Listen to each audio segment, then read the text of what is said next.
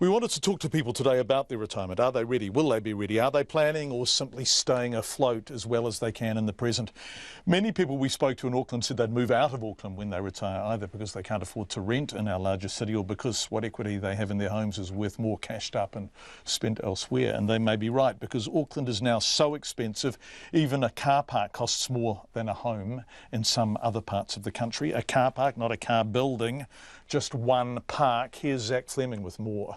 She'll look at offers over 95. She's actually had, the vendor has had a cash offer of 90,000. They said they're happy to disclose that to you, and they've turned it down. Basically, the reason their thinking is that they'll never be able to get a car park like this again. Yes, Central Realty's Tracy Taylor just said her clients turned down an offer of $90,000 cash for an inner-city Auckland car park. She took me to 15 Mount Street in Auckland CBD today, just up from the Auckland University of Technology, to show it to me.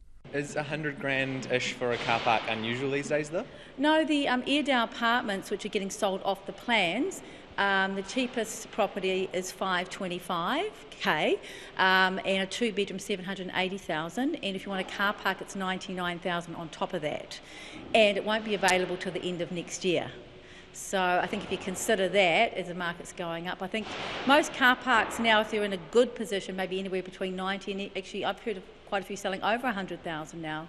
You can appreciate other people around the country listening to the story probably think 100 grand for a car park is utterly ridiculous. I've had a lot of clients that thought when it was 10,000 that was crazy, and then when it went to 50,000 they thought the same thing, and now they're going, darn, we should have bought quite a few of these.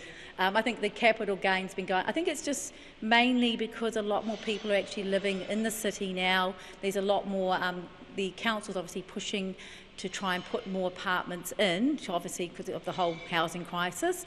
So it makes sense, obviously, as you've got these apartments going, a lot of them are selling without car parks. And the man who offered $90,000 cash for the Mount Street car park Tracy took me to says he's now just going to buy an apartment that comes with a car park instead.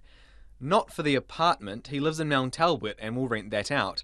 He just wants the car park. It's a bad investment, putting 100,000 into a car park. I'm just trying to find a unit which has got a car park so I can rent the unit out and use the car park myself. Some people would say that that's just making it more difficult for people trying to buy their first home. I mean, you're taking one apartment away, from someone who could buy it? Yes, it will. In one way, if you look at it from a good perspective point of view, not from a greedy point of view, it's going to make it difficult for other people.